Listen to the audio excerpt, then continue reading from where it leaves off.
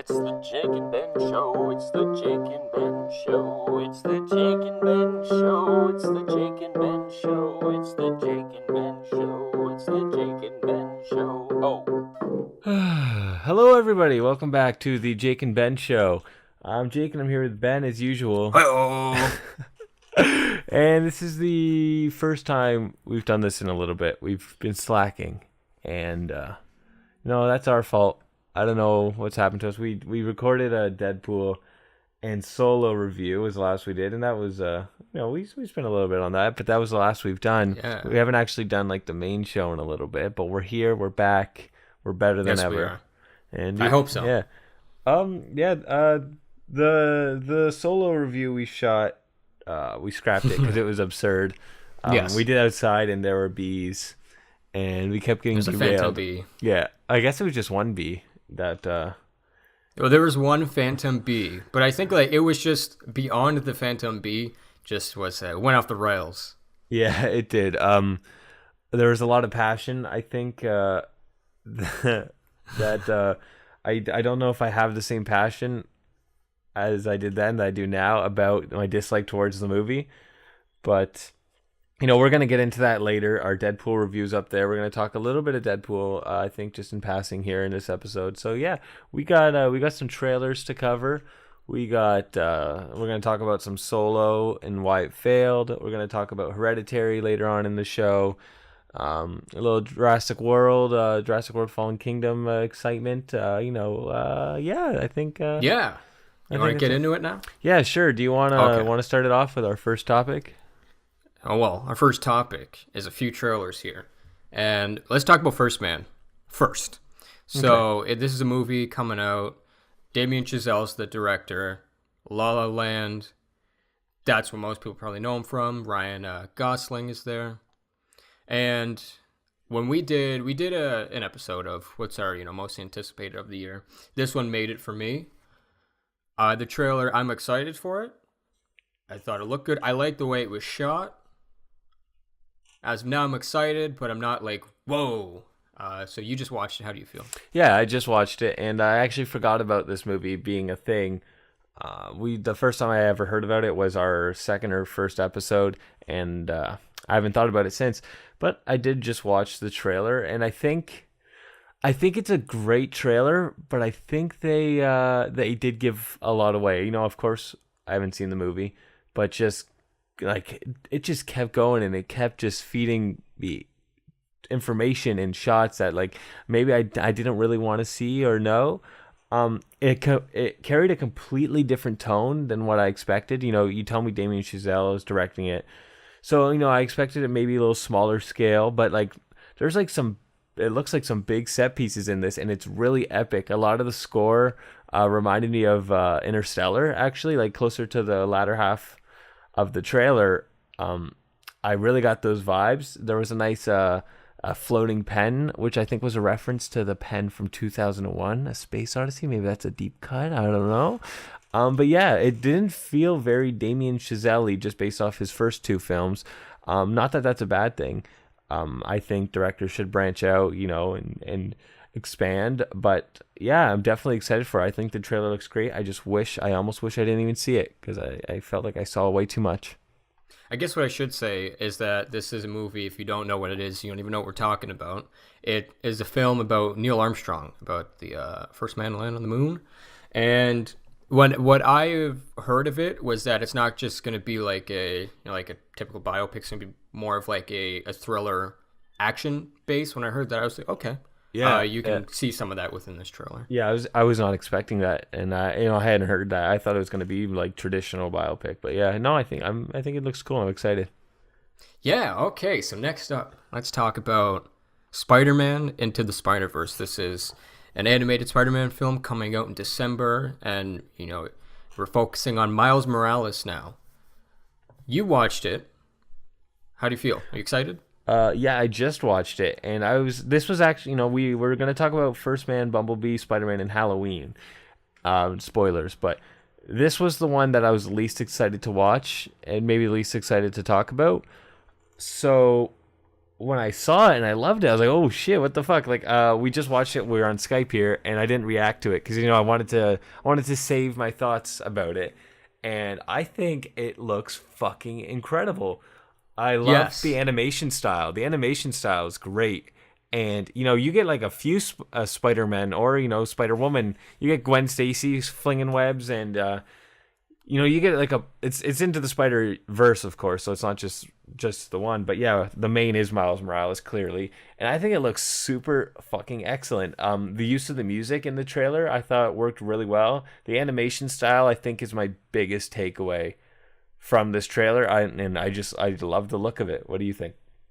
When I heard about this before the first trailer even came out, and mentioned this as the second one, that I heard that at Sony what never they were saw it. trying to do was make this unique animation style, and I kept hearing about that. And I remember when I seen the first trailer, I watched it on my phone, and I was like, okay, like this is good, but I don't know if I'm that excited. And then I seen it in the theater, and it just was a totally different experience seeing it on the big screen to just like a phone. And I grown to love that trailer, and this one, I love it. I don't mean to be like, those people that are biased against animation films, because there are great animation films out there, but it's not something I'm like, oh, I can't wait to see this next animation film. It's not my type. This, however, I'm going to be there on the Thursday opening night. I'm excited for it. I think it looks great. And I mean, for all the Spider-Men we've gotten, it's a nice different, take. And we get Miles Morales, and you can get Spider-Gwen in there. And to, shout out, since we'll be talking about her in a minute here, is Haley Steinfeld is voicing Gwen Stacy in Oh, there, I didn't so. realize that. Oh, cool. Yeah. I'm looking forward to it. I think the animation style looks great. I think the story, from what they presented, looks badass. I'm looking forward to it. Yeah, I didn't even realize that there was another trailer before this. I guess I just had no interest in it. But I watched this only for this podcast. I wasn't actually going to watch it, but I'm really happy I did. And I don't think it's there's nothing wrong with having a bias towards animation, like you're talking about. Like, people have preferred genres.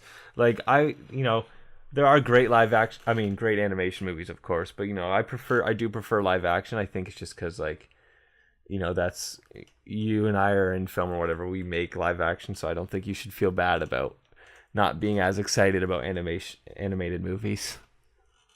Yeah, well, yeah. I never know, the atmosphere that I'll say, oh, I don't like animation. Then what are you, an asshole? I guess I am. Yeah. So No, I think the animation speaking, style of this looks great. I'm super excited for this. Anyways, let's go on to the so next one. you know what stop motion is, for people out there, you got your animation stop motion. Well, a few years ago, a movie called Kubo and the Two Strings came out. I haven't seen it, so I'm not going to talk like I've seen it, but, from what I'm told, it's a great movie. But the director, Travis Knight, guess what he's doing? Bumblebee. That's what we're That was talking about. really good. That was a great segue.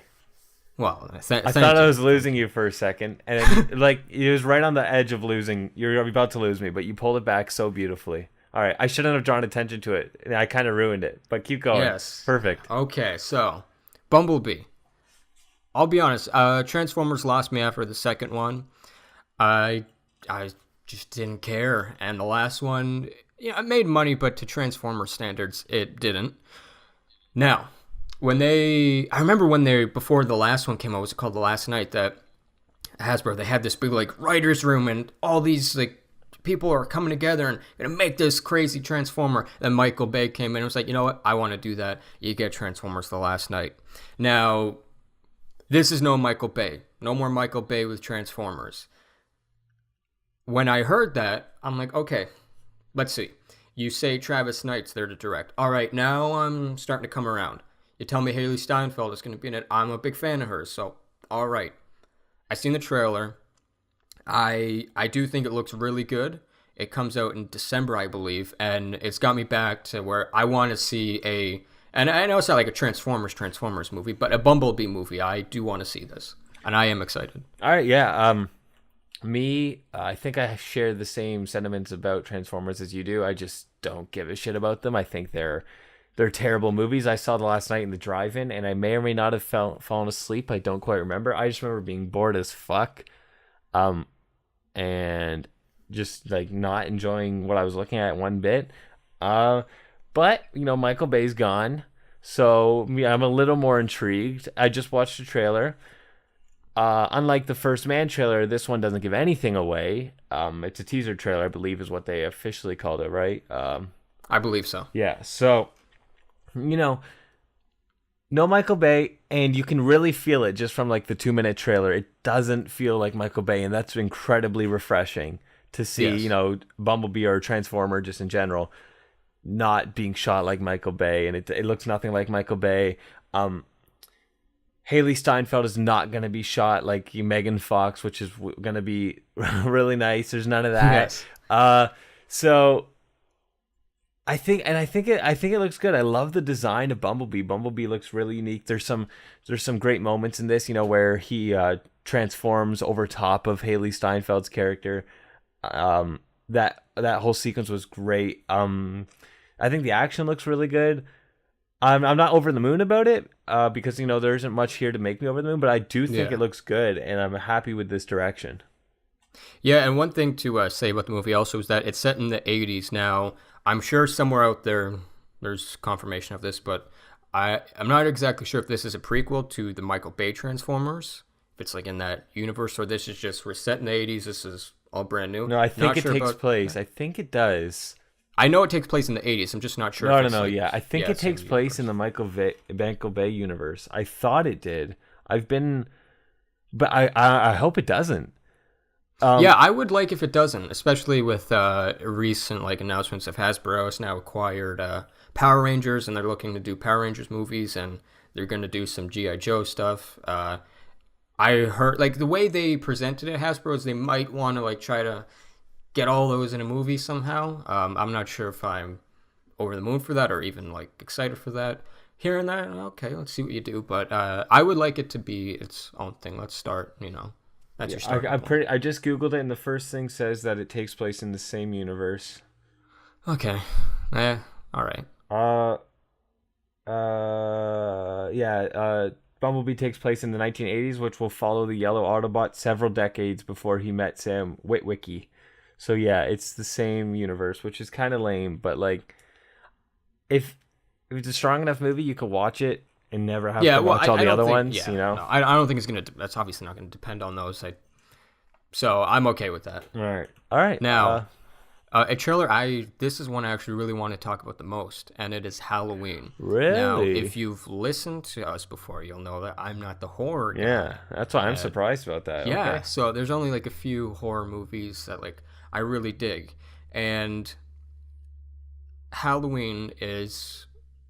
The thing with Halloween is that, when I was a kid, it's one that actually scared me, and I really liked the first one. Now, it's not one I put on all the time because I'm just not a horror guy.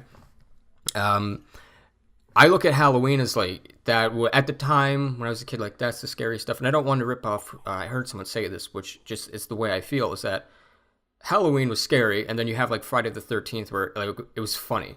I'm not sure if people think it's funny, but when I watch Friday the 13th movies, I just think it's funny. You get Jason here knocking people's heads off. I think it's funny the way he kills. Now Halloween, I don't think there's been a good one since the first one. Now seeing this, they say, okay, we're going to retcon everything else. This is the sequel from the original. You get Jamie Lee Curtis back. I forget the director's name. Do you know it? I can look it up. I can pull it up. You keep talking, I'll pull it up. Okay, so yeah, and can you tell me who the writers are also? Because there's a guy I'm thinking of who's a comedy guy who co-wrote this, which I remember at the time it seemed odd. Yeah. So we got directed by David Gordon Green. Yeah. And it's written by David Gordon Green and Danny McBride. Yeah, Danny McBride. Yeah. So at the time, I remember when that was announced, it seemed odd, but I was like, you know what, I'm on board because we have seen comedy guys do. Whether you're actresses, you see them do serious work. They can obviously do their comedy stuff. Yeah, it's interesting because David Gordon Green has directed episodes of Eastbound and Down, which stars Danny McBride. Okay, yeah. Just to go back to those two, I remember even hearing how they pitched this movie to John Carpenter, and he's executive producer for this. I'm actually excited for this, and even for the trailer. I want to hear your thoughts of it because I know you're the horror guy, and then I'll say more. I'm just scrolling through this director's filmography now, and it's interesting. He directed Pineapple Express, and Your Highness, which also starred Danny McBride. The Sitter. He directed Joe. He has a really odd and broad filmography.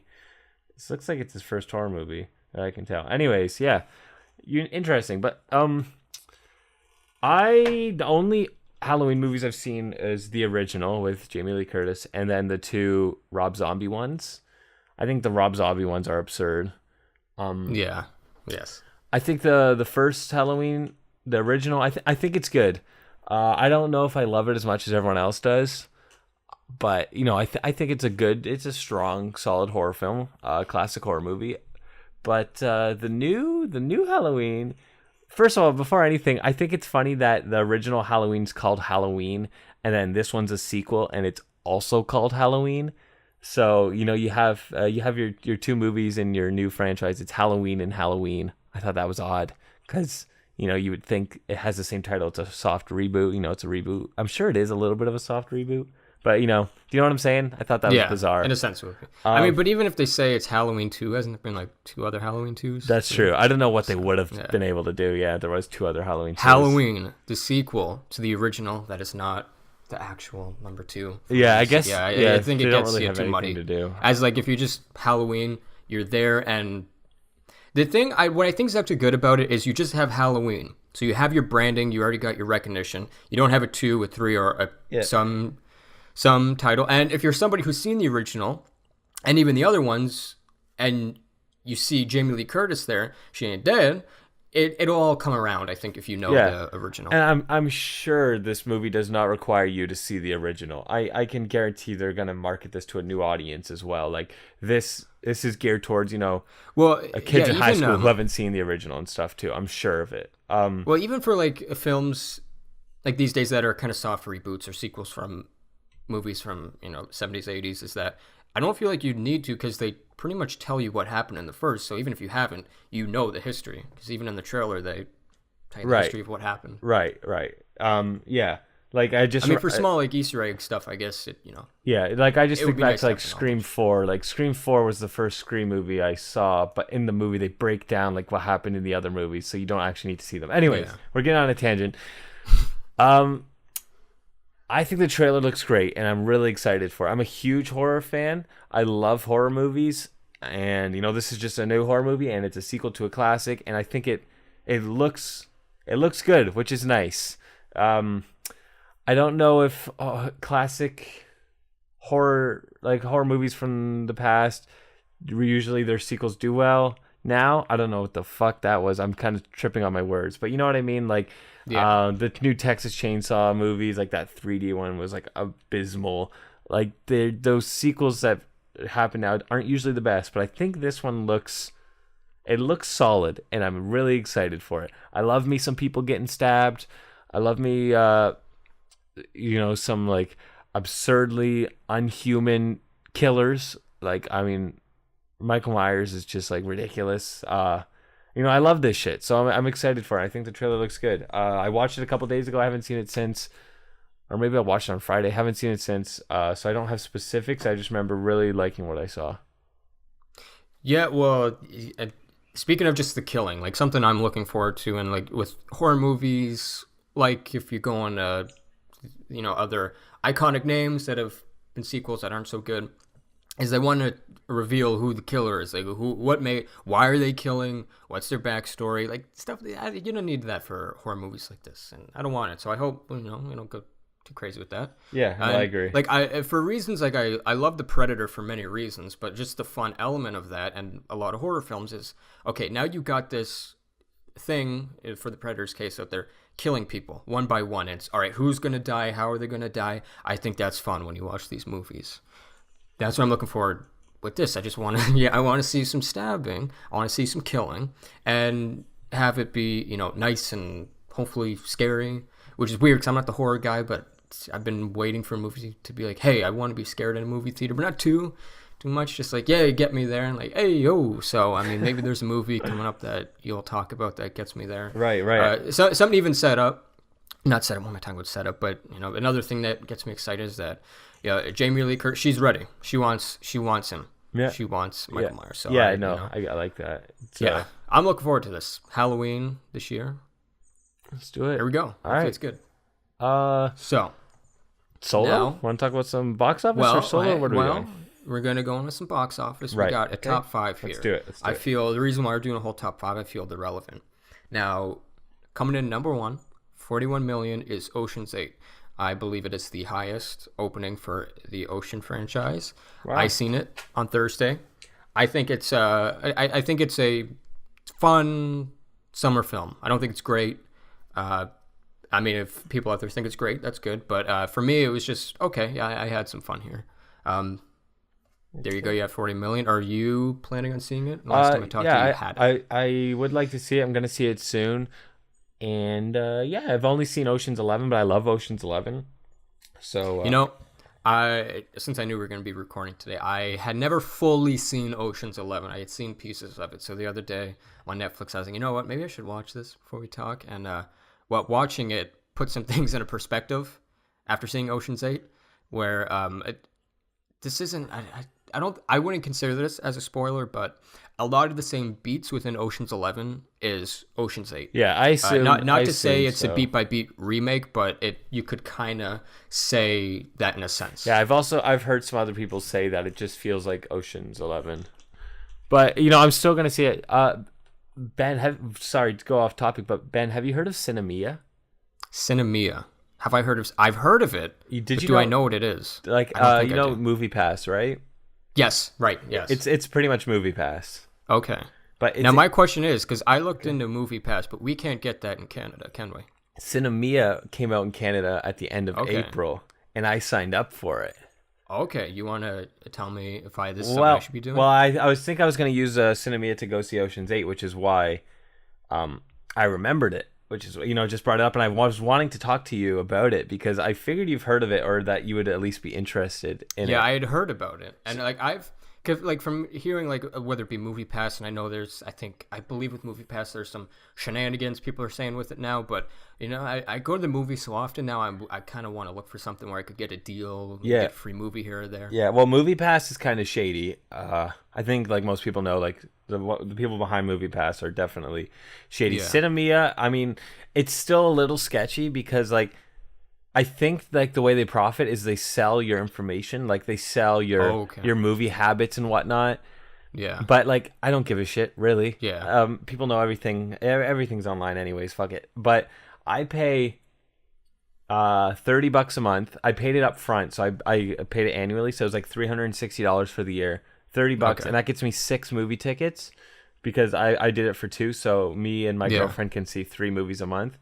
And we've seen one movie this month so far, which was Adrift, and that cost $22 for 2 tickets. I don't want to just go off on side notes here, but I had been planning to see Adrift. I've just been really busy. I haven't been able to make it out. Do you like it? Yeah, I think it's a solid movie. It's got really weird editing. It jumps back and forth with time, and it's probably the movie's biggest fault. It's kind of annoying actually, but it works emotionally. It's a heavy movie, but I would see it if you're in the mood for something sad. Yeah, I've been interested in. But yeah, anyways, Cinemia, it's sweet. I'm gonna see Jurassic World, which we're gonna talk about in a bit, in AVX, which is $16 tickets or whatever. So there, so it's $32. That can also get you now. If I want to go out and pay the $300 for the year, I get for myself. I could get 6 movies a month for free. Well, or is that just that's because I have the 3 movies for 2 people thing. So it's you would just pay $150 a year, and you would get 3 movies yourself a month. And that's free within the month. Yeah, so they don't carry over. At the door. So and I can use that in AVX. You can use it IMAX, AVX. You could use it at Cineplex, at Landmark. You can use it anywhere. The way it works is they give you a card, and it's pretty much a credit card, but you can only buy movies with it. So the theater chain just thinks you're paying with a MasterCard or whatnot. Okay. But so within that, I can still do my whole pre-booking online. Yeah. No shenanigans there. Yeah. At first, it takes 30 days for them to send you their physical card. So for the first 30 days, you have to buy it online. You have to use their app. And it's very bizarre how you have to buy it without the card. You have to like go on their app and enter the time the movie plays, and like if it's 2D or 3D or whatever, and then it'll load up a temporary MasterCard, and that's the information you type in online when you buy your tickets. But like the app's a little shoddy, but it's still like when I saw Adrift, I was like, this is fucking cool. I spent $30 this month and I'm already using 22 of it here, and I'm still gonna see The Incredibles in AVX or whatever, and I'm still gonna see Jurassic World in AVX. Like I'm saving so much money and I still get all my scene points, and I can use it anywhere. Like it's sweet. It's definitely appealing to me because last year it was I think I had went to the movies the most last year, and I calculated just from the movies I could remember that I went to see. And it was like over 1,000. I was like, Jesus there you go. Christ. Yeah, like, I need a deal or something here. Yeah, so like to hear that, it's definitely sick. Fucking enticing, yeah. I mean, I've heard about MoviePass for so long, but it's never been in Canada. And then I just was watching the John Campea show the other day, and someone was asking about getting scene points for Cinemia. And I'm like, scene points? In Canada, Cinemia? So I looked up, I'm like, fuck, it's in Canada now. So I just instantly paid $360 for the year. And like the way I got it down is I see 3 movies, so that's 6 tickets because I see them with my girlfriend, and then with those scene points, and then if I want to see a 4th, 5th movie, I got the scene points, and like it works out well. I'm excited. By the next time we record this, you're probably going to hear that I've gotten Cinemia and a Cinemia. That's what I'm going to be looking up after this. Do it, Cinemia. It's like $15 a month for 3 movies for one person. So like you see one AVX movie, there you got your money back. It's sick. Anyways, sorry to go off topic, but just Ocean's 8 reminded me of that. Yeah, I like this sidetrack there because now I know Cinemia. Okay, now number 2. I'll send you a code, and then when you sign up, we both get $5 off. All right, let's do nice. All right. So the number 2 is Solo. Now I'm going to say this. We're going to talk about Solo after, so I'm going to give the number, but I won't go into it right now unless you wanted to say something aside from the number. But came in with 15 million. And it's in its 3rd week now, I believe. It's the 3rd week. Now, number 3 is Deadpool 2, which would be in its 4th week, and it's got 13 million. As of now, it's at like 630 or 650 million worldwide. Only a little over. Deadpool has the first Deadpool has made a little over 100 million more. It's $1 billion franchise now. It made a lot of money. Now 4 is Hereditary. It made 13 million. Now, interesting. You can talk about Hereditary now, or you want to do it after? I kind of want to do it after because I kind of want to like do like a whole review thingy for it. But do you know how much it costs to make that movie? I can look that up right now. Okay. If you want to just look it up really quick. And that was number 4 you said at the box office? That was 4. I'm curious because like I hope it was made for like next to nothing because I really want that movie to profit. I gotta assume it did, but yeah, I love A24. The movies they make, I can't think of one that I didn't like, and man, I love Hereditary, and I just want it to do well. So, I'll talk about it more in depth later. But once you're gonna pull up the so the number they're saying is 10 million. Okay, so 10. Okay, 10 million to make it, and it's probably like another 10 million to market. I would say. So, I mean, as of now, I would say they're looking good to turn a profit. I don't know if it'll be a lot in return, but they're definitely gonna make a profit off of it. Okay, good to know. That's profit. That's good. All right. Anyways, keep going. Sorry, number 5. Well, just to quickly say is that usually like when you do look at like box office, and we can talk about this with Solo more, is that like for people who don't follow it as much, is that a movie has to make twice as amount of its budget for the box office to make a profit. That's just to make one, because you have your like 10 million as you say there, but then double that with marketing, right? Which I think a lot of people don't look at when they look at those numbers. Now, to round it up, number 5 is Avengers: Infinity War. Came in with 6 million. It was close to 7, but I'm just giving you the number, 6 million. Now, what's significant about this is that Infinity War, as of now, is 1 million away from becoming only the 4th movie in history to make 2 billion. Yeah, wow. I think it's got at least another 1.5 solid weeks left of making money. obviously it's been a huge hit. There's only been 3 other movies to make 2 billion, and those are number 3, The Force Awakens, that made just a little over 2 billion. You had Titanic at 2.1, and number 1 is Avatar with 2.7. I remember I mentioned before, hey, maybe it's got a shot. It still doesn't have a shot now. However, I think it has a chance to become the number 2. I think it could get past 2.1, maybe 2.2. That's still a long ways away. That would still be hard to do, but I think it has a shot to become the number 2 all time. But Wow. hey, if it doesn't, if it's just the number 4 all time, there's only been 3 other movies to make 2 billion. Yeah, I think that's just like that. I mean, it's a huge movie. It's incredibly successful, but just to be in that $2 billion club would be amazing. And too. even being within that $2 billion club, let me get this number up here. What I find even like significant about that is, let me just get this up here, is that it made a lot of money domestically. There's no doubt about it. It's number 5 domestically. But if you, it's in line with Titanic. Titanic had 659 million. But if you look at the top 3 here, you got Black Panther with 699, Avatar 760, and The Force Awakens with 936 million domestically. That is that it made a lot domestically. But you would think for it coming close to 2 billion that it would have made a bit more. Not in no way, shape, or form am I saying that it underperformed domestically. It did not. It made a lot of money domestically. But when you see the number 2 billion, my head would think you make most of your money domestically, but it made a shit ton, with foreign sales. Yeah, and I think that's like a lot of movies lately are showing So huge the foreign, success overseas. Right now it's 67.2% of the box office is all from foreign. Yeah, there you go. It's it's close to 1.4 billion for foreign totals. Damn. Now, that's the box office. All right. You want to get into Solo now? Yeah, okay. We'll talk about the box office, which I remember at the time when the opening weekend came out, it opened to 83 million on the 3-day, and it was about 103 for the 4-day weekend. It was Memorial Day weekend, and that opening there, it's not good. It's not good at all. It's a disappointment. It's not a bomb for that time. A lot of people are already coming out with headlines that Solo bomb, and I see somebody sent me a picture of this one article, and it was on Variety, and it's I'm calling out whoever wrote the article, and I don't remember his name, but I thought it was ridiculous.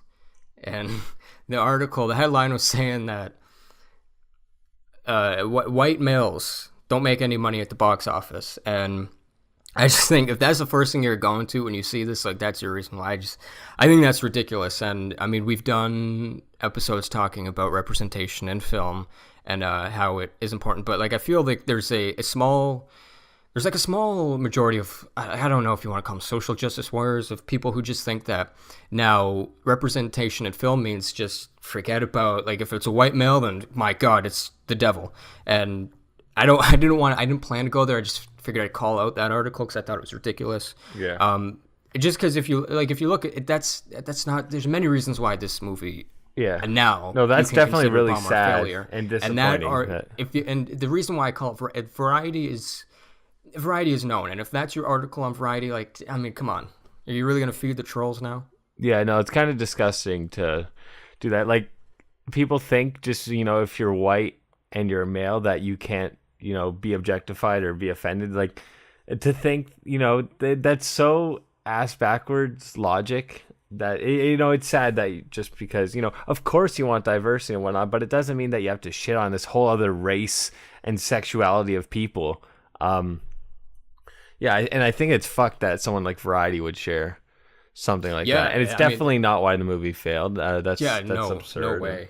No way. But I have some ideas why it did fail. Yeah, I don't think there's not one reason why this didn't. I know there's a lot of people out there, whether it be YouTube or just people writing articles that here's the one reason why Solo failed. There's not one reason. There's not. No. Now, you can attribute the toxicity that has become the hardcore Star Wars fandom. Now, it's not everyone. I know but it's become very toxic if you're in the hardcore community. And like, to the point where I stepped away. I kind of didn't even want to talk about the film. I really enjoyed the film. I do, like I told you, I really liked the film, and the thing that got me to love it was Alden Ehrenreich's performance. Now, I know you disagreed with me the first time you'd seen it. I assume that's probably still the case for the second time. And I know there's a lot of people out there who don't like his performance, but for me, it's not going to change the fact that, oh, it didn't perform well or there's toxic fan base. I still love the movie. I'll hold to that. Now, obviously, upset fans plays a factor into it. You had some upset fans with The Last Jedi. You got some here. That does play a factor.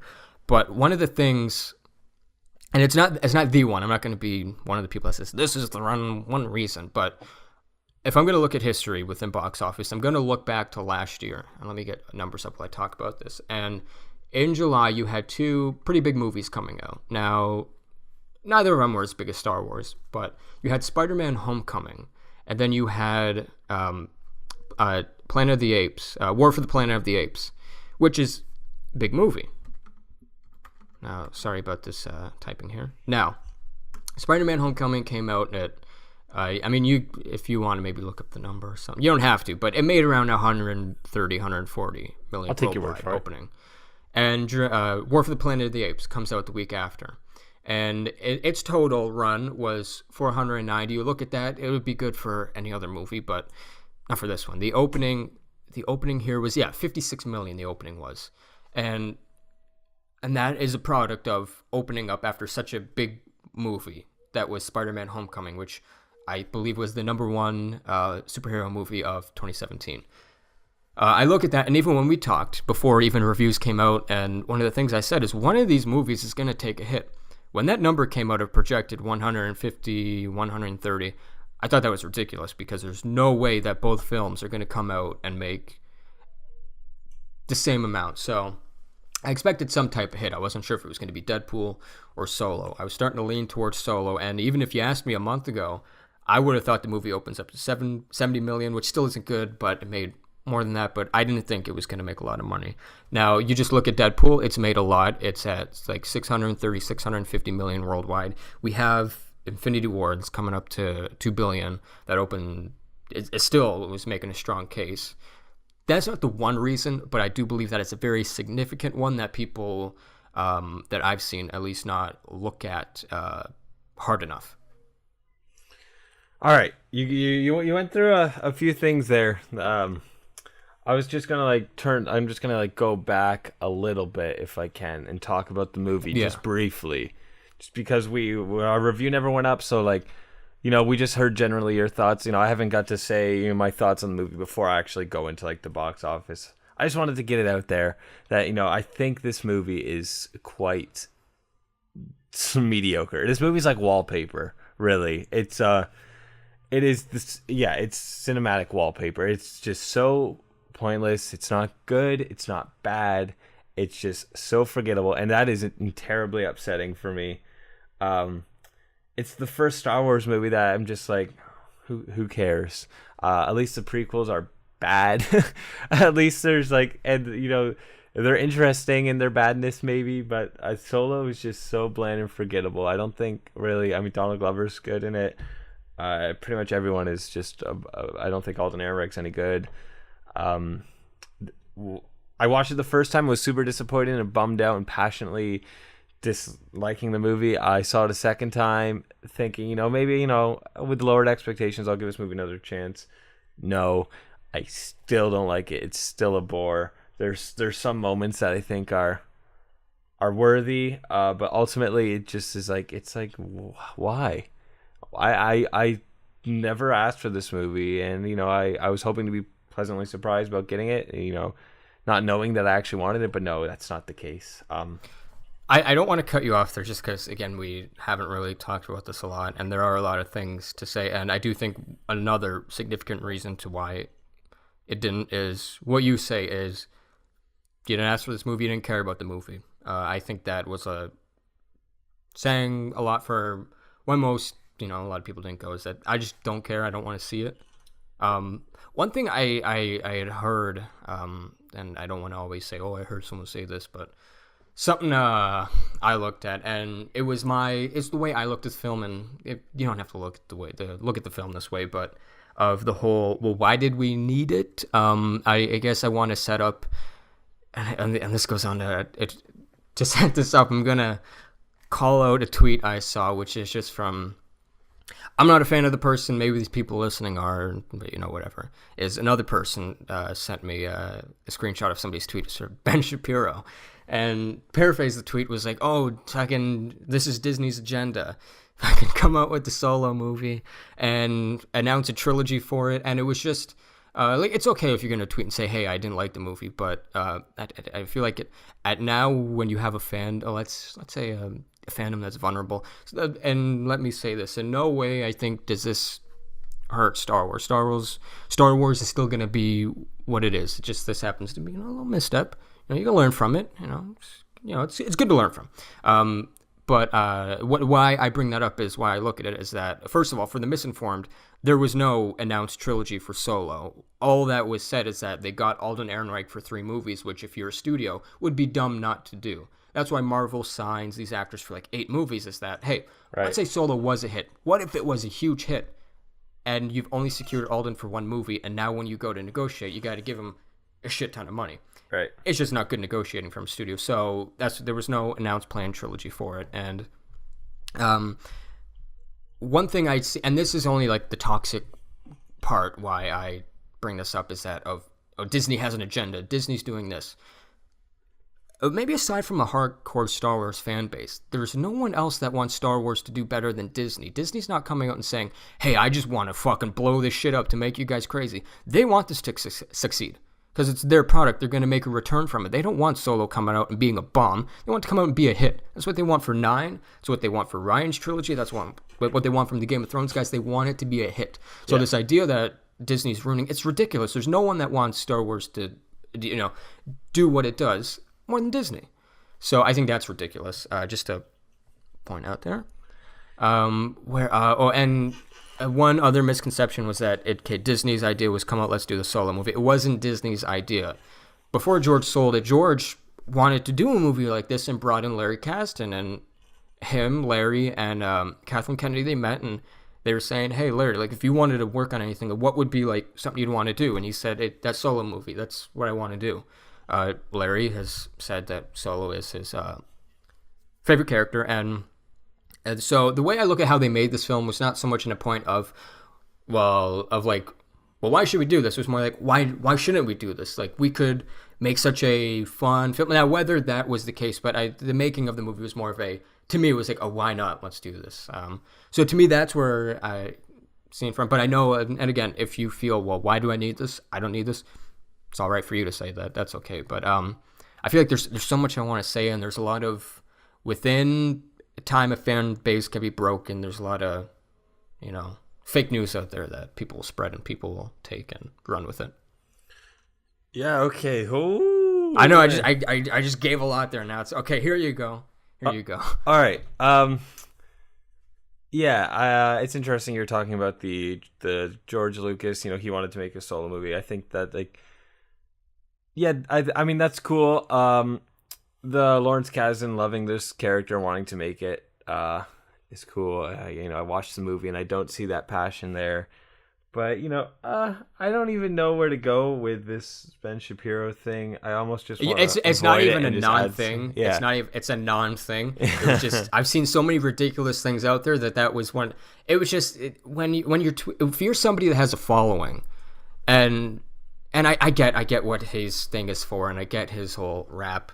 I'm not a fan of the guy, but if you are, all right. I mean, when I say you are, anybody who's listening. But it's just when you are somebody that has a following and people listen to you, and you just are misinformed when you give information just to, I don't know, maybe just not profit off of, but like, all right, here's a time where if I put out something negative, people are going to love this of something. And maybe it's not so much negative, but it's just, he was misinformed with the tweet. And I think if you have a following with that, try not to be misinformed. But I mean, I don't know. Whatever. You don't even have to acknowledge it. That's fine. Yeah. Oh, okay. I'm just going to go into why I think it failed, because I've been kind of like beating around the bush, and I just wanted to like throw a few things your way. I think we have kind of loosely hit on them, but I just want to just boom, boom, boom, boom, boom. This is why I think it failed. And of course, it's not one reason. I think if it was one reason, it wouldn't have failed this much. It's a bunch of reasons. So, Number one, in no order. I think Backlash from the Last Jedi was not in this favor. Number two, we just had a Star Wars movie in December. Well, yeah, so you're like 6 months away, so Right. obviously the backlash is Right. still fresh for people Right. who Yeah. weren't It's kind of fans. a 1-2 punch. Like the backlash is still fresh, and like even if you enjoyed it, you just had one, and you're so quickly getting another. It came out right. Number four, it came out right after Infinity War and Deadpool, and like casual moviegoers, they don't have all this money to go see this many movies. And especially, number five, the reviews weren't as strong as other Star Wars movies. So why should they go and spend the money when people are lukewarm on it, and maybe they'll be lukewarm on it too. So I think that's like five major reasons. I think each one of them is pretty notable too to like really crush this movie. I mean, six, which I don't think is as big of a deal, is the behind the scenes stuff. But I think like with Rogue One, that he had a lot of behind the scenes issues with a successful movie. So, yeah, I think those 5.5 reasons are really what tanked the movie. And I know we hit on them earlier, but I wanted to like boil it down to 5 reasons. Yeah. None of them are like, oh shit, this man's a genius. They're all kind of obvious, and they've all kind of been hit on across the internet. But like, really, those things, they're sizable, and they'll take a beating on your movie. Yeah, I totally agree with all those ones. I mean, some of those I already hit on, and I just even want to add, which it technically goes into the whole Deadpool and Avengers. I get why they wanted to put Solo in May, and you could say, yeah, well, Star Wars was always in May before, but the summer now is not like what it was before. It's that you have all these huge movies that do come out, and even to begin with, when they said we're going to do these anthology movies at the time now, Star Wars stories, is that they'll be the more smaller type stories, which, I mean, I guess to go in even more to the box office of, let's say it had this number now, but it didn't do reshoots. It's still a disappointment, but it's not as much of a failure. The reason why I think it makes it to the point where a bomb, pretty much, is that you already had your like 200 million budget, which if you're going to do smaller movie, you could scale down. I mean, I'm not an executive head, so the fuck do I know? But if you give me the hat for a minute, it would be, okay, you were going to do smaller movies. It's, Solo. You don't have huge lightsaber set pieces or force, so you don't necessarily have to have 200 million. But now 80% of the way you fire your directors. Now, whether it was the best decision or not, from what I've heard of what Phil Lord and Chris Miller's Solo movie was, I'm glad that's not what we got. But either way, you fired them like 80%, through shooting, and now double the budget. Now you're, I mean, maybe you're 350 million. Now it's the biggest Star Wars movie you've made. Put marketing on top of that. You shot yourself in the foot there. Yeah, and definitely. Especially opening up in May. As if it was just, you had your Phil Lord and Chris Miller, your 250 million budget. Still a disappointment, but not a bomb. And to go, and why going to May, I can understand also is that they were looking at, hey, maybe we could do 2 movies a year. And even though a lot of people compare what's going on now to like the MCU, and I think there's comparisons you can draw to. However, I do think just the way Marvel is set up, let's just like as a TV series, you got your one episode, your next season finale, and it continues. The story continues as this. You're in the, your Force Awakens, like in your now, you go, back and then jump back and forth. Is that it's not as coherent with, what the MCU is doing, that I just, you had to build up to 2 movies. So I would have stuck with the December date. I would have even pushed this after you had all the drama. I think that is another smaller piece of the puzzle, but nor is it that's why. Yeah, I think definitely talking about, the budget getting huge is a big problem with it. Like if they did make this movie for, dirt cheap or whatnot, they wouldn't be looking so bad. But they pretty much redid the whole movie. They like doubled their budget. Yeah, and, which, especially when you say, hey, we're going to do these anthologies now, Star Wars stories, and they're going to be smaller scale stories. Now, Rogue One, it made sense why that one is a bit bigger, and that movie made a shit ton of money, $1 billion film. And even that, you're coming off of The Force Awakens, which $2 billion, and Star Wars is back. But, I mean, I love the film. It was like a week ago or 2 weeks ago, you would text me like, hey, I'm gonna watch Rogue One. I say, dude, get the fuck out of here. I just watched it also. I mean, I don't know why I said that. I just figured, hey, that was, talking about Rogue One. That was a great movie. Yeah, I think most people can say they like the movie. But I just watched going it on to this recently, and I forgot how much I actually did like it. But anyways, yeah, keep going. Well, and even going into Rogue One, if you're somebody who hated Rogue One throughout, you hated Rogue One. And I was talking to somebody about this, is that the way the movie ends, it's not like you had your big, climactic battle or, your third act, and then you have your 5-10 minutes breathing room to end your story. You end your story and you go right into something big. And for me, when I watch it over, as much as I like the film, I'm watching it for not to say I'm only watching it for this one reason, but it's a big reason why I'm going back and watching. It's the Vader scene. That is worth the price of admission right there. Yeah, is the agreed. Vader scene. You don't have something like that. Like, yeah, you have your, I'll give spoilers, Maul scene, but it's not. No, like it's not even Vader close to. It's not nothing close to Vader. It's just, okay, cool, that works, and here he is. It's, as with the Vader, it's holy shit, and the movie ends after that. And it's like, oh my god, as good as the movie is, all you can talk about at the end is Vader. I remember when we had seen it in the same theater, and when we walked out, I was like, Vader, holy. So, yeah, I mean, you don't have the one moment. Even when I was like lukewarm on Rogue One, the first time I watched it, I was like so high on that Vader scene. Like, I was like, oh, this is amazing. But like seeing Solo, I wasn't high on anything. I wasn't high on anything. Like, I wasn't... well, yeah, okay, I just, yeah. You know what I mean? Maybe that would have helped, who knows? But yeah, I mean, even for somebody who liked it, when I left, there isn't that Vader scene to be like, oh, holy shit. Yeah, no, definitely. Yeah. Well, I mean, there's a lot to go into, and as of now, we'll just talk about the Solo box office, but there's a lot of stuff to talk about if you're, a Star Wars fan. But hey, you know what? It's been 50 minutes. I think we should not have a huge one. So we'll go on to a movie you've seen, I haven't. Hereditary. Yes, and I really want to talk about this movie because it's kind of been eating away at me over the past couple days. If you're cool with just like me giving a little review, and I'll get into it. Go ahead. Yeah, okay. So Hereditary is a new A24 movie. A24, they're behind other horror movies like The Witch, which I loved, and other movies like Killing of a Sacred Deer, I believe, and Under the Skin. Like some of my favorite movies from the past 5 years. And I saw the trailer for Hereditary way back when. I'm like, this looks incredible. I have to see this, and it is fucking incredible. It's my favorite movie of the year, by far, I think. And I haven't been this affected by a horror movie in a long time. For the past past 2 nights, I've woken up in the middle of the night and I had to pee and whatnot. And I come back to bed and I just have to put the TV on and I have to put Thor Ragnarok on.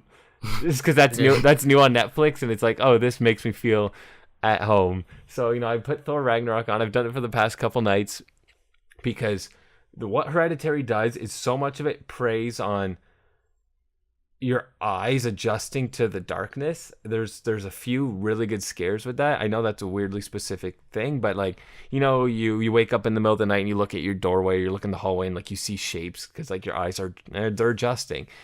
This movie does that a couple times or a few times, and it's terrifying. So, I wake up and I see my hallway there. I'm like, fuck. And then I go pee. I'm like, no, I'm done for the night. I got to put Thor on and fall asleep. It's weirdly affecting me. And I went to bed last night and I have to keep my door open because my cat's litter box is in my room. So I got to make sure my cat can get here, but I don't like seeing the hallway, the darkness. So I had to throw my chair in front of it so I couldn't see it because I was just thinking about it being there and I knew it was looking at me.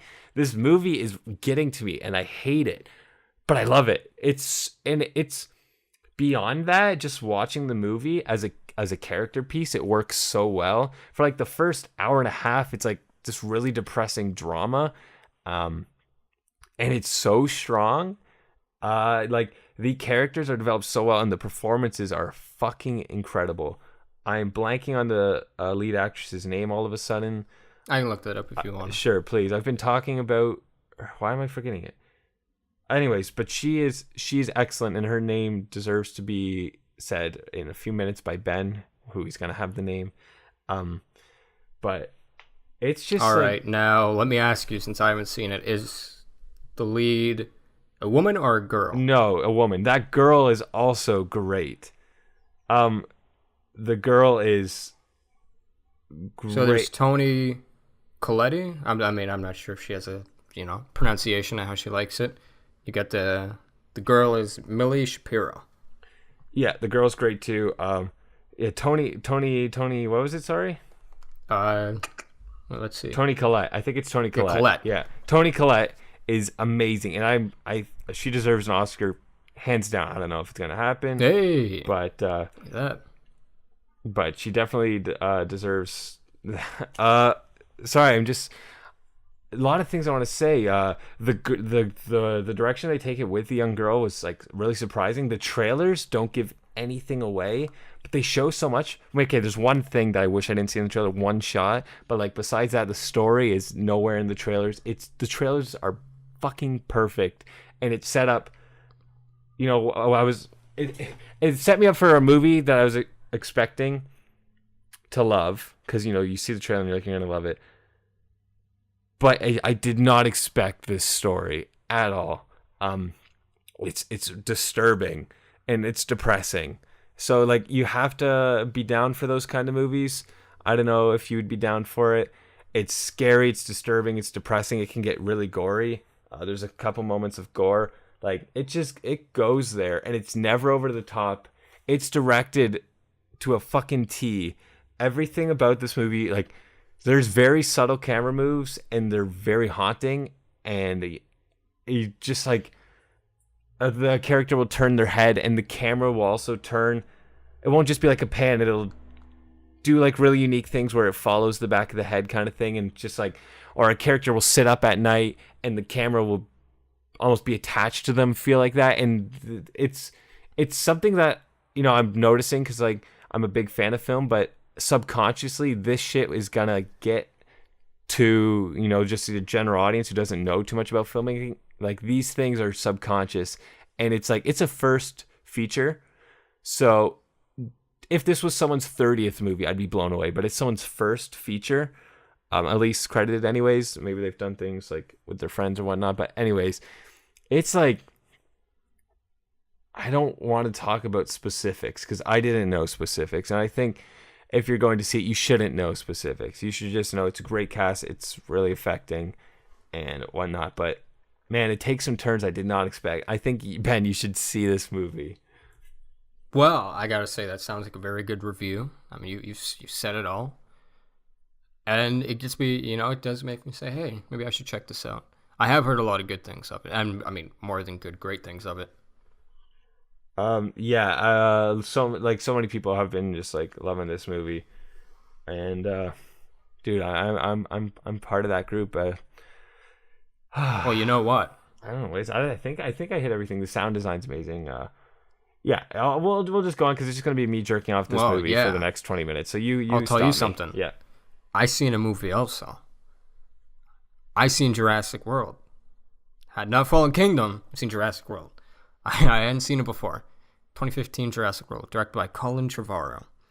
I forget, did you like the movie? I remember we talked about it once before. Yeah, I liked the movie well enough for what it was, yeah. Yeah. I'll even set this up with, I haven't even seen the original Jurassic Park. I mean, what? Really? Yeah, I haven't. Well, not fully. I've seen pieces of it, but not from start to finish. It was something that honestly never really intrigued me, but I'm going to see Jurassic World Fallen Kingdom, so I figured, hey, maybe I should check out this movie. So I watched this movie, and it's on Netflix. And I don't know if I liked it or if I didn't like it. It just felt really goofy, some parts of it. I think Chris Pratt is really good, but I mean, I was watching, I was like, am I watching Indiana Jones? Like, is he Indiana Jones, or is this guy just, somebody that works at a zoo? Yeah. Like, where is he? Which, I mean, that's, nowhere good or bad. Just made me think, his character made me think of Indiana Jones. Not to go into a full review, but the movie, I mean, I felt like it took so long to get into what we're doing here. And another thing, when Vincent D'Onofrio, his character pops up. I'm like, man, I already know what they're gonna do with this guy, and don't do it. Let's not go there. And the movie goes there with him. I don't know. There was a lot of good things to like about the movie involving Chris Pratt, Bryce Dallas Howard. There's 2 kids in there that don't need to be in there, which after I watched the movie, I was like, I hope they're not in the other one. I look at the credits list, they're not there. And when I was watching it, Judy Greer, is she just always the mother in movies now? Is she just the mother? Is that the thing? I guess so. I'm not sure. I mean, I don't know. Maybe she's only been a mother in 2 movies. I actually forgot about the stuff with the... Why did I just forget his name? Anyways, they're militarizing Vincent D'Onofrio? Yeah, Vincent D'Onofrio. Yeah. I forgot about Yeah. that whole storyline until you just mentioned it there. Why I dislike it also is that it's more played like when he first shows up, he's gonna be a bad guy, and then you play it like, all right, now I'm a hero, and now it's. I mean, I guess the cool part of that is that to make these dinosaurs weapons. Yeah, okay, that's like a cool element, but why did we have to go like in a goofy direction with it? We could have just got into it. Is that like, when movies have like, they just forget about like their base of their story just to do this. All right, now we're gonna get this cool little twist or reveal in here. I feel a lot of movies do that aren't needed. I wasn't like, I don't know if I liked it or I didn't. I feel like I liked it, but I feel like there was a lot of. I feel like Weird. you're talking more I what expected you to like this movie more than me, but I think you like it less than me. I've only seen it the one time, and I saw it in theaters. I saw it in a theater, so my experience, I think I had the better experience. I got the big screen, the big sound. You watch it at home, so maybe that's why. Because like, I think the movie is kind of dumb, like you're getting to, but for the big sound, big screen, it's fun. I had a fun time. So. And you get this guy in here. I know him as Hugo Strange. He plays Hugo Strange on Gotham, the whole guy who like creates the dinosaurs or whatever, and he's the whole guy that Vincent D'Onofrio is. They're fucking they got their sneaky plan of that's what we're gonna do with the dinosaurs, and then you got the guy who like I don't know if he for me it was forgettable. The guy who I guess runs the park, the guy who owns it, he's flying helicopters. Then he crashes a helicopter, and he dead. Well, I don't. It just and the guy, and again, for me it was forgettable. There was this one character who wore a Jurassic Park shirt, and he's in like this control room, and I just thought that was useless. And a lot of the stuff in here was useless, I thought, and really goofy. Yeah. What I told you, like before we recorded, if I brought this up, it would go more into like a Star Wars thing. I'll keep it like to 2 minutes, maybe less of it. Is that Colin Trevorrow? I think like from what I've heard of him, he seems like a really cool guy, nice guy. Even when he was attached to direct episode 9, still at the time, hearing him talk about it, and even after him, like he does seem like he really is a big Star Wars fan and loved it. And that's pretty much from what here is. That's how he won the pitch, but. Like, he pitched a story and, his love for it, but then when they went to write it, wasn't all that good. Hear him talk saying, well, it was a good experience. And, he got to share the story with George and then Mark, which sharing the story with Mark, I think even goes on the... when I heard Colin Trevorrow talk about the movie, like 2 years ago, was saying how he really wanted to, rely on Carrie Fisher and Mark Hamill and have them... be big pieces in it, and I do think he really wanted to rely on Luke, whether that be Force Ghost or not. I don't know. He's a really nice guy, but I don't think he wasn't the man for the job, and I'm glad JJ's there. And I remember we talked about it once, like a year and a half ago, and you'd said that you didn't like Colin on for episode 9. I'm not sure if you still felt that way.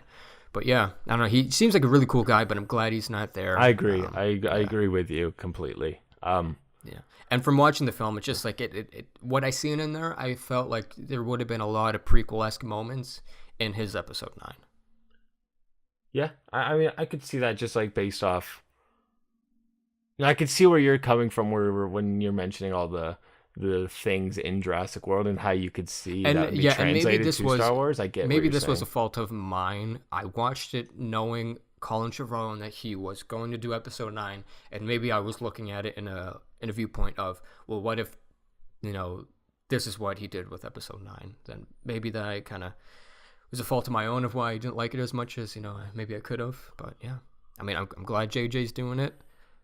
Chris Terrio, co-writer, I think they'll knock it out of the park. But yeah. That's what I think of Jurassic World. I'm excited for the second one. I've heard mixed things about the second one. However, I'm still optimistic because I still think that those trailers look pretty good. Yeah, I remember we talked about it on here. A lot of them didn't get me going, but the last one they put out did. Was it like very horror-y? I don't know why, like that kind of angle to it got me excited, but I'm not sure really how much. A lot of them had the horror-esque element. Yeah. At least that's what it seemed like they were trying to go for, and that element I did like of it, but just the other stuff around it, I couldn't get into it, and I don't remember what was different about the last trailer. I remember I seen it in the movie theater, and I was like, I like what I see here as I didn't before, but there's a lot of exciting movies coming out next week. Incredibles 2, week after Jurassic World. Fallen Kingdom, it's gotta use that Cinemia on that. Yeah, too. I gotta get that Cinemia. And the other day, I was thinking of all the movies I'd seen. I had to write a list down, and I numbered them. And out of all the movies I've seen so far, I think there's only like 3 or 4 that have a legitimate shot at being in my top 10 at the end of the year. But that's it's a long ways away. Ways away. Yeah. Definitely. We'll talk about that when we get there. Then that'll probably be our next episode. Okay. I'm just kidding. Because we left a month fucking break between this one and our last one. So there's a lot of stuff that happened, which we could have went 2 hours, but let's not. Yeah, I'm down to cut it off here. Yeah, let's not shoot ourselves in the foot by biting off more than we can chew. All right, just I think we did it. Yeah, I'm just gonna be a little casual right now. I just wanted to talk to you. We may as well keep recording it before we send. I just want to ask you. Do you know who H3 Productions is on YouTube? Do I? I don't think so. Damn. Okay. Do you know like the Vape Nash meme? Like who? Vape Nash. You know that shit? I know. I mean, dude, I guess for people listening, I live a life as if I'm like an old man. You're a pilgrim. Yeah, pretty much. I'm not hip. Okay. To memes. Okay, this is kind of outside of the movie sphere, but we're a podcast, and H3 has a podcast. Yeah. They're doing this thing. I just wanted to tell you, not really people who listen, because I don't think people who listen care, but whatever. We may as well record it. Let's pad out this runtime. They have they have a podcast just like us, but they get like 1 million views or so. There's comedy. So they're like us, but successful. Us, but successful and like comedy based and that shit. Yeah. Their podcast is like a year old. They have like their other ongoing H3 Productions stuff too. You can look them up when we're done. Anyways, they on the podcast they like low key mentioned this thing where they're like, they have this guy Ian the intern. They're like, if you make a song about him or an intro theme or whatever, send it to us and maybe we'll play it. Last week they played a few, and my friend and I actually made a song for it. But we sent it the day after, so we didn't get it on. But during this podcast, I just got an email from them, and they responded to the song saying, I'm just telling you because I'm fucking so excited. They said, "This is fire. What's your Insta/Twitter handle? I'm going to put together a compilation. I want to credit you." So next, at the end of this week, Ben, I'm going to send you a link, and there might be a song that my friend and I made for like 1 million people, and they'll be fucking wild. Anyways, I'm so high on that right now because I'm a huge fan of theirs, and we just made like this fucking like whack. Oh my god, I'm high as fuck on this shit. All right, anyways, I'm gonna send it to you. Yeah, you do that. All right, and I think with that, we've said it all. We've said it all. We've done it. We've done it. All right, we made it. Yeah, we're here. We're back. Alrighty, and you want to tell the good people where they can find us? Yeah, you can find us on Facebook, Jake and Ben Show, Twitter, Jake and Ben Show, YouTube. If you're maybe you're watching this on there, we put some reviews and stuff up there. We're on iTunes, Google Play. If you want to rate us on iTunes, that'd be really appreciated. Ask comments, questions. If you comment on YouTube, Facebook, Twitter, whatever, we'll respond to it in a future episode. And that's all. I believe that's all. All right, then you know what I gotta say? Bye for now. What the fuck? All right. See you later.